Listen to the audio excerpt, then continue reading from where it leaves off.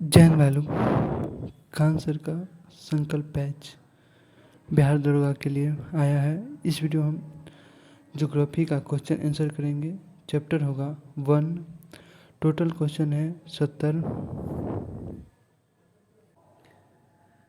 पहला क्वेश्चन है 200 से अधिक औसत वार्षिक वर्षा वाले क्षेत्र में किस प्रकार के वन पाए जाते हैं। आंसर होगा सी उष्णकटिबंधीय सदाबहार वन। 2 है राष्ट्रीय वन नीति 1988 के अनुसार देश के कुल भौगोलिक क्षेत्र के कितने प्रतिशत भूभाग पर वन का होना आवश्यक है। आंसर होगा बी 33.33। 3 है निम्नलिखित में से किस प्रकार के वनों को मानसूनी वन कहा जाता है। निम्नलिखित में से किस प्रकार के वनों को मानसूनी वन कहा जाता है। तो आंसर होगा 3 का सी उष्णकटिबंधीय पर्णपाती वन। 4 है संबंधित पर्यावरणीय कानून को उसके स्थापना वर्ष के साथ मिलान कीजिए। ऑप्शन ए है जल अधिनियम 1974। वायु अधिनियम 1981। वन्य जीव संरक्षण अधिनियम 1972 और वन संरक्षण अधिनियम 1980। 4 का आंसर होगा बी।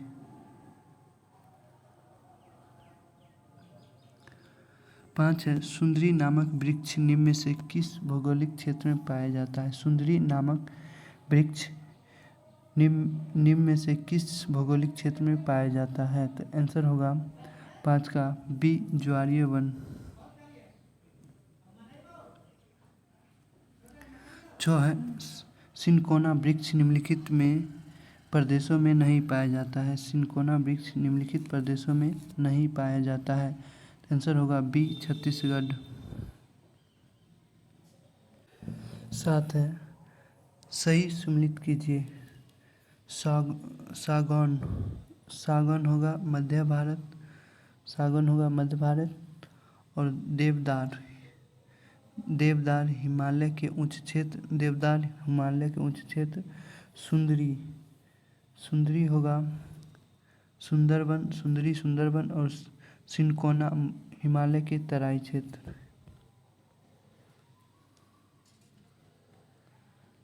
8 है तथ्य किससे संबंधित है। आंसर होगा 8 का डी खैर।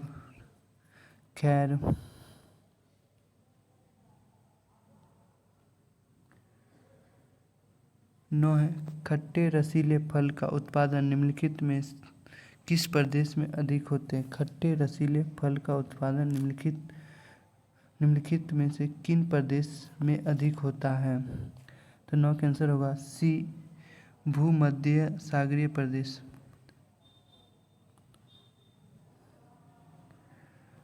10 है निम्नलिखित में से किस वृक्ष लीसा प्राप्त होता है। निम्नलिखित में से किस वृक्ष लीसा प्राप्त होता है। तो 10 का आंसर होगा ए चीड़ के वृक्ष। 11 है निम्नलिखित में से कौन सा वनस्पति को जातीय मूलतः हिमालय नहीं है। निम्नलिखित में से कौन सा वनस्पति की जाति मूलतः हिमालय नहीं है। तो 11 का आंसर होगा बी महोगनी।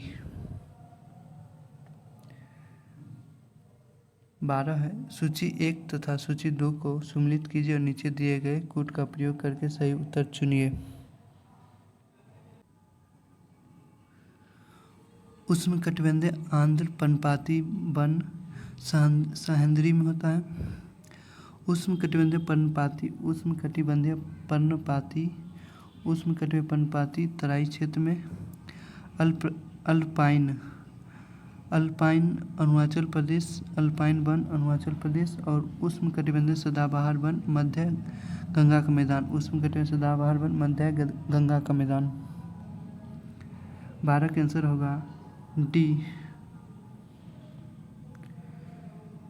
13 है भोजपत्र वृक्ष कहाँ पाया जाता है। भोजपत्र वृक्ष कहाँ पाया जाता है। भोजपत्र वृक्ष हिमालय में पाया जाता है। 14 है समुद्र तल से सबसे अधिक ऊंचाई पर पाए जाने वाला निम्नलिखित में से कौन सा वृक्ष है। समुद्र तल से सबसे अधिक ऊंचाई पर पाए जाने वाला निम्नलिखित में से कौन सा वृक्ष है। तो आंसर होगा 14 का ए देवदार का वृक्ष। 15 है निम्नलिखित में से किस वृक्ष को जंगल की आग के नाम से जाना जाता है। निम्नलिखित में से किस वृक्ष को जंगल की आग के नाम से जाना जाता है। तो 15 का आंसर होगा सी ब्यूटिया मोनोस्पा।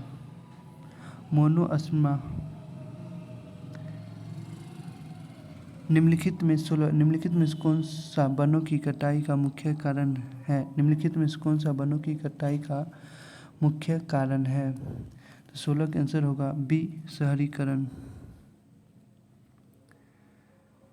17 है फसल एवं उसके उत्पादन क्षेत्र के संदर्भ में निम्नलिखित को सम्मिलित कीजिए। लीची बिहार होगा। लीची बिहार। अखरोट होगा जम्मू कश्मीर। अखरोट जम्मू कश्मीर। चावल पश्चिम बंगाल और संतरा नागपुर। 17 का आंसर होगा डी। 18 है नीचे दो कथन दिए गए हैं। एक को कथन ए तथा दूसरे को कारण आर कहा गया है। कथन ए है प्रायद्वीपीय भारत में सिंचाई का एक प्रमुख साधन तालाब है। प्रायद्वीपीय भारत में सिंचाई का एक प्रमुख साधन तालाब है। तो ये कथन सही है। कारण यह है प्रायद्वीपीय क्षेत्र की अधिकांश नदियाँ मौसमी है। प्रायद्वीपीय क्षेत्र के अधिकांश नदियाँ मौसमी है। तो ये भी कारण भी सही है। तो 18 का आंसर होगा बी। ए और आर दोनों सही है लेकिन आर ए का सही व्याख्या स्पष्टीकरण नहीं करता है।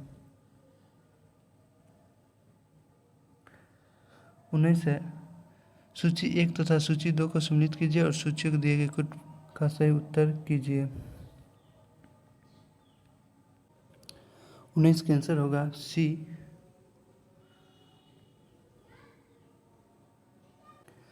20 है सम्मिलित कीजिए। गिरवन गुजरात। भरतपुर बर्ड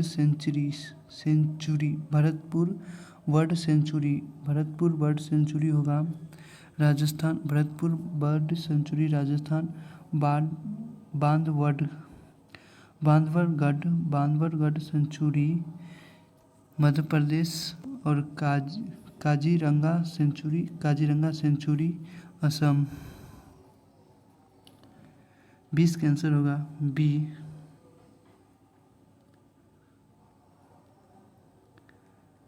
21 है भारत का सबसे बड़ा राष्ट्रीय उद्यान कौन सा है। भारत का सबसे बड़ा राष्ट्रीय उद्यान कौन सा है। आंसर होगा हेमी नेशनल पार्क।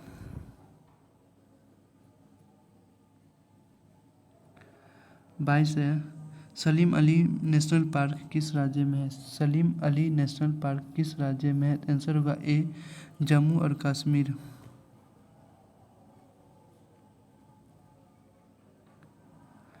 23 है ब्लैक बक नेशनल पार्क किस राज्य में स्थित है। तो आंसर होगा ए गुजरात। 24 है भारत पहला समुद्री नेशनल पार्क किस राज्य में खोला गया था। पहला समुद्री नेशनल पार्क किस राज्य में खोला गया था। तो आंसर होगा डी तमिलनाडु। 25 है प्रोजेक्ट टाइगर का संचालन किसके द्वारा किया जाता है। प्रोजेक्ट टाइगर का संचालन किसके द्वारा किया जाता है। तो आंसर होगा बी पर्यावरण वन और जलवायु परिवर्तन मंत्रालय द्वारा। 26 है निम्नलिखित में से कौन सी गतिविधियां प्रोजेक्ट टाइगर के तहत नहीं है। निम्नलिखित में से कौन सी गतिविधि प्रोजेक्ट टाइगर के तहत नहीं है। तो 26 का आंसर होगा बी, पारंपरिक दवाओं के लिए शिकार को बढ़ावा देना। 27 है, मिलान कीजिए वन्य जीव अभयारण्य और राज्य। ऑप्शन ए है इंदिरा गांधी अभयारण्य तमिलनाडु, बांदीपुर कर्नाटक, पेरियार केरल, किबुलामजाऊ मणिपुर। तो 27 का आंसर होगा सी।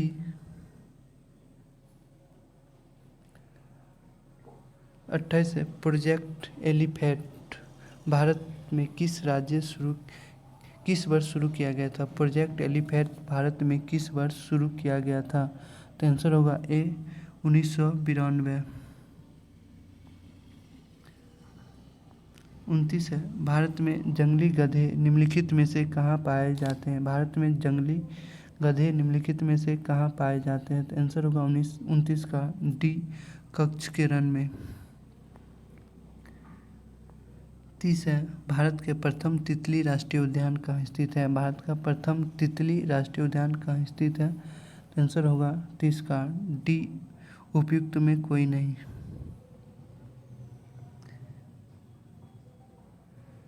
31 है, सूची 1 और सूची 2 को सम्मिलित कीजिए और उत्तर का सही। ऑप्शन ए है कांगेर घाटी राष्ट्रीय वन छत्तीसगढ़, नागलहोल राष्ट्रीय वन कर्नाटक, कुगती वन्य जीव अभयारण्य हिमाचल प्रदेश और सुल्तानपुर पक्षी अभयारण्य हरियाणा। 31 का आंसर होगा बी।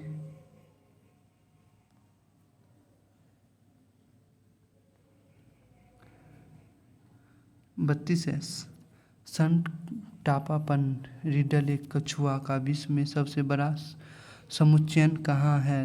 32 का आंसर होगा ए, गहियार माथा गरीहर माथा में। 33 है, निम्नलिखित में से किस राज्य में पखुई वन्यजीव अभयारण्य स्थित है। निम्नलिखित में से किस राज्य में पखुई वन्यजीव अभयारण्य स्थित है। तो आंसर होगा 33 का बी, अरुणाचल प्रदेश। 34 है, लाख बहोसनी अभयारण्य कहाँ स्थित है। लाख बहोसी अभयारण्य कहाँ स्थित है। तो 34 का आंसर होगा डी, कन्नौज।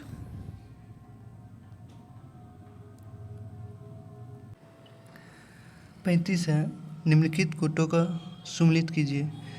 ऑप्शन ए है सिमलीपाल उड़ीसा, अगस्त्य मलाई केरल, कोल्ड डेंजस्ट हिमाचल प्रदेश और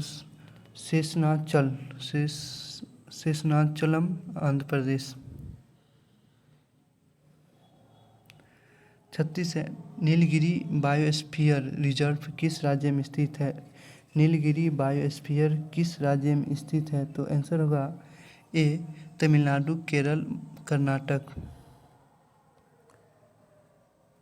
37 है, समुद्री स्तनपायी डुयोंग किस बायोस्फीयर रिजर्व में पाई जाती है। तो 37 का आंसर होगा बी, मन्नार की खाड़ी। 38 है, निम्नलिखित नहर प्रणालियों में किससे बिहार के क्षेत्र में सिंचाई होती है। निम्नलिखित नहर प्रणालियों में किससे बिहार के क्षेत्र में सिंचाई होती है। तो 38 का आंसर होगा सी, त्रिवेणी नहर।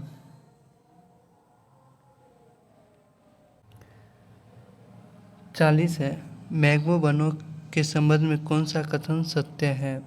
ऑप्शन ए है मैंग्रोव वन खारे एवं ताजे पानी में पनपते हैं, सही है।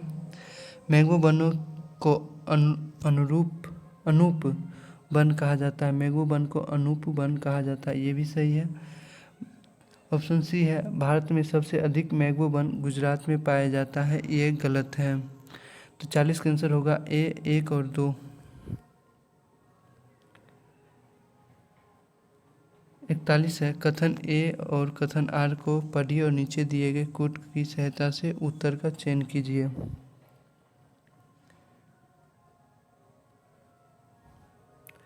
कथन ए है, काली मिट्टी कपाली कृषि के लिए उपयुक्त है। काली मिट्टी कपाली कृषि के लिए उपयुक्त है, ये सही है।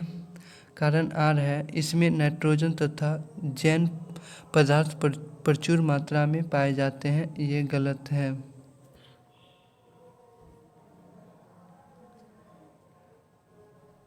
पैंतालीस ISFR 2023 के अनुसार किस राज्य में वन और वृक्ष आवरण में अधिक वृद्धि देखी गई है? तो आंसर होगा 45 का, आंसर होगा 42 का ए, छत्तीसगढ़, उत्तर प्रदेश, उड़ीसा और राजस्थान। 43 है, किन राज्यों में अकेले वन आवरण में अधिक वृद्धि होती है? किन राज्यों में अकेले वन आवरण में अधिक वृद्धि देखी गई है? तो 43 का आंसर होगा ए, मिजोरम, गुजरात, उड़ीसा। 44 है, भारत में वन रिपोर्ट तैयार करने का कार्य किस संगठन द्वारा किया जाता है? भारत में वन रिपोर्ट तैयार करने का कार्य किस संगठन द्वारा किया जाता है? तो आंसर होगा भारतीय वन्यजीव संस्थान। 45 है, भारत में वन रिपोर्ट 2023 में क्या शामिल नहीं है?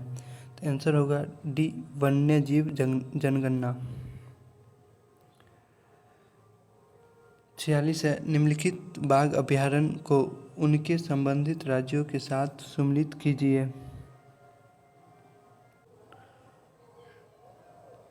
रणथंभौर राजस्थान, बांदीपुर कर्नाटक,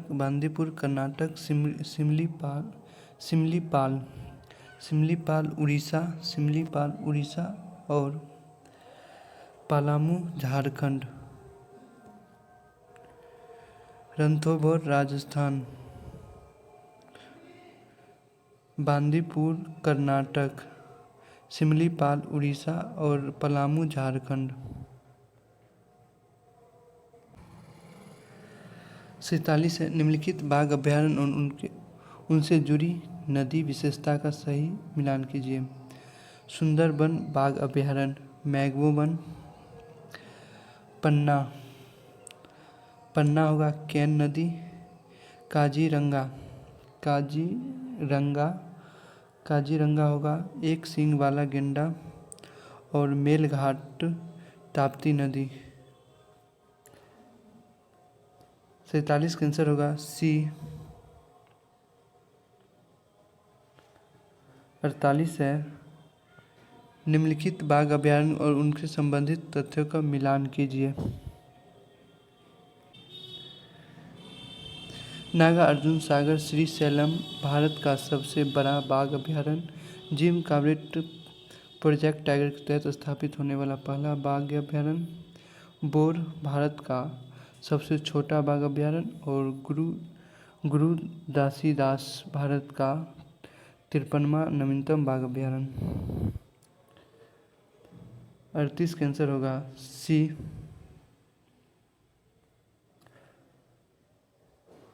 39 है, निम्नलिखित बाघ अभयारण्य उनके संबंधित राज्य सुनिश्चित कीजिए।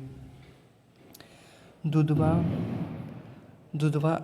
हो गया उत्तर प्रदेश और कन्हा हो गया महाराष्ट्र नहीं, कन्हा हो गया दुधवा उत्तर प्रदेश।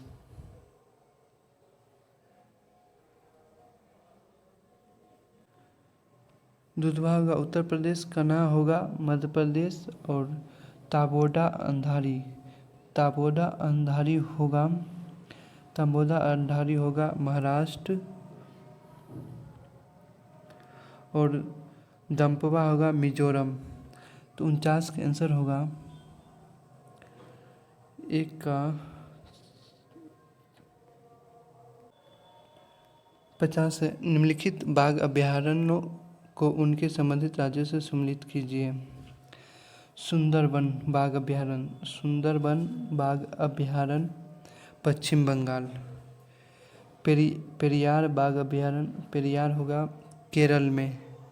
सतपुरा सतपुरा होगा मध्य प्रदेश।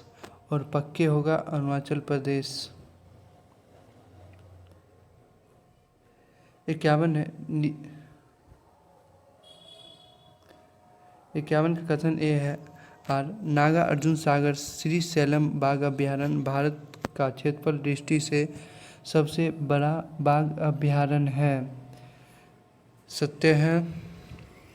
कारण आर है, यह अभयारण्य तेलंगाना और आंध्र प्रदेश के बीच कृष्णा नदी के जलग्रहण क्षेत्र में फैला हुआ है। आर भी सही है। 51 का आंसर होगा डी। 51 का आंसर होगा डी। ए और आर दोनों सत्य है, लेकिन आर ए का सही व्याख्या नहीं है।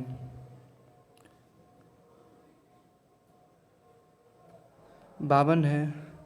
कथन ए भारत में प्रोजेक्ट टाइगर की शुरुआत 1973 में हुई थी। भारत में प्रोजेक्ट टाइगर की शुरुआत 1973 में हुई थी, जिसके तहत जीव कार्बेट राष्ट्रीय उद्यान शामिल किया गया था।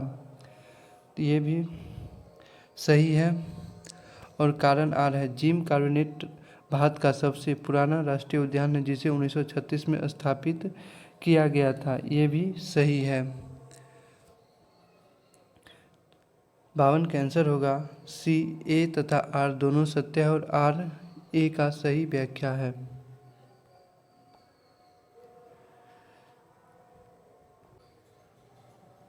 53 है। मध्य प्रदेश होगा सर्वाधिक बाघों की आबादी वाला राज्य। मध्य प्रदेश सर्वाधिक बाघों की आबादी वाला राज्य।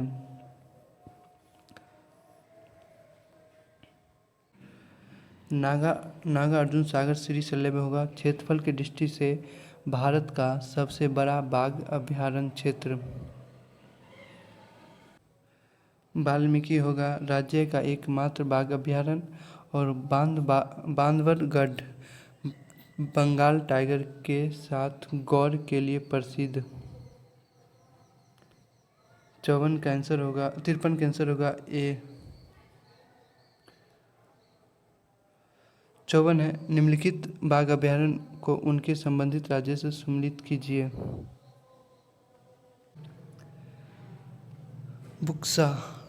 बुक्सा होगा पश्चिम बंगाल। नामेरी असम।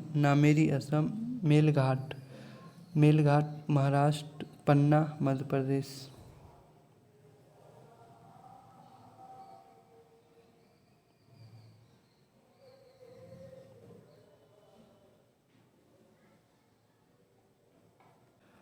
55 है। कथन ए तमिलनाडु के तट पर जाड़े में वर्षा होती है। तमिलनाडु के तट पर जाड़े में वर्षा होती है। सही है। कारण आ रहा है, इस दौरान उत्तर पूर्वी मानसून हवाएं बंगाल की खाड़ी से नमी ग्रहण करके कोरोमंडल तट पर वर्षा करती है। ये भी सही है। तो 55 का आंसर होगा ए तथा आर दोनों सत्य है, लेकिन ए तथा आर 55 का आंसर होगा बी। ए और आर दोनों सत्य है और आर ए सही का व्याख्या करता है। 56 है। कारण ए दुधवा बाघ अभयारण्य उत्तर प्रदेश में स्थित है और इसे अक्सर तराई बेल्ट का गहना कहा जाता है। ये सही है कथन। कारण आर है, दुधवा भारत और नेपाल के बीच तराई क्षेत्र में अपनी जैव विविधता के लिए प्रसिद्ध है, जिसमें दलदली हिरण की महत्वपूर्ण आबादी शामिल है। कारण भी सही है। तो 56 के आंसर होगा ए और आर दोनों सत्य है और आर ए की सही व्याख्या करता है।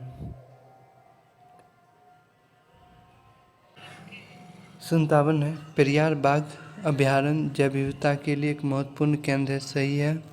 कारण आर है, पेरियार मुख्यतः एक उष्णकटिबंधीय सदाबहार वन आवास है जो पश्चिमी घाट की एक विशिष्ट जैविक विविधता दर्शाता है। 57 का आंसर होगा डी। ए तथा आर दोनों सत्य है और आर ए की सही व्याख्या करता है। 58 है कथन ए, कन्हा बाघ अभयारण्य को संजन बुक्स की पर्यटन माना जाता है, तो ये सही है। और कारण आर है, कन्हा में उष्णकटिबंधीय नम पर्णपाती वन पाए जाते हैं जिसे मुख्य रूप से साल और बांस की वृक्ष जो मध्य भारत का विशिष्ट वनस्पति है। तो 58 का आंसर होगा सी। ए और आर दोनों सत्य है लेकिन आर ए का सही व्याख्या नहीं है। 59 है, प्रायद्वीपीय भारत में तापक्रम का वार्षिक परिसर उत्तर भारत की तुलना में कम है। भारतीय प्रायद्वीप में तापक्रम का वार्षिक परिसर उत्तर भारत की तुलना में कम है, सही है। कथन सही है। कारण आर है, प्रायद्वीपीय क्षेत्र समुद्र से घिरा हुआ है जिसके कारण समुद्रीय प्रभाव से तापमान चरम पर नहीं पहुंच पाता है। इसका आंसर होगा बी। ए और आर दोनों सत्य है और आर ए की सही व्याख्या है।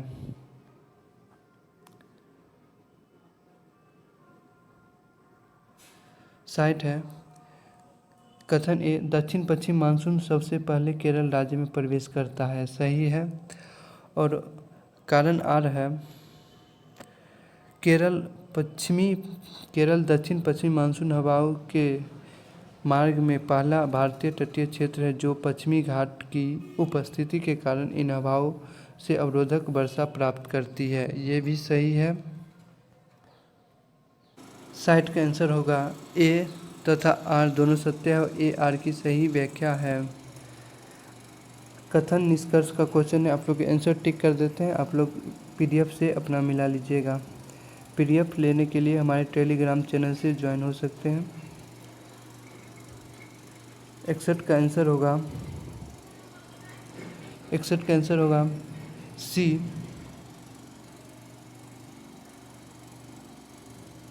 62 का आंसर होगा बी।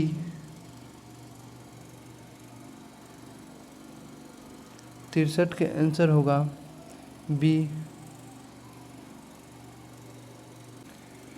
64 के आंसर होगा ए।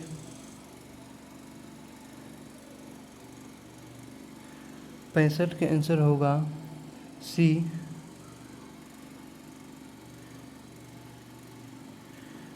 66 के आंसर होगा ए।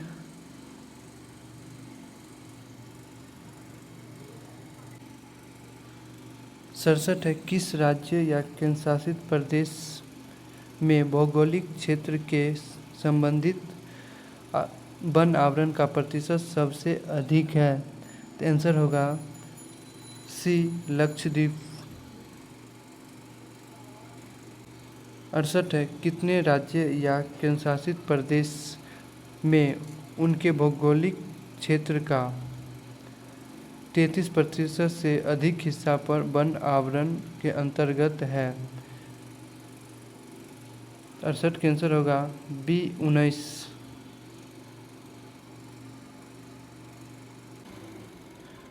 69 है, क्षेत्रफल के हिसाब से सबसे बड़ा वन्य और वृक्ष आवरण किस राज्य में? क्षेत्रफल के हिसाब से सबसे बड़ा वन्य और वृक्ष आवरण किस राज्य में है? तो 69 का आंसर होगा ए, मध्य प्रदेश, अरुणाचल प्रदेश और महाराष्ट्र। 70 है, भारत के किस राज्य में वन एवं वृक्षी आवरण में सर्वाधिक वृद्धि देखी गई है? 70 का आंसर होगा सी, छत्तीसगढ़।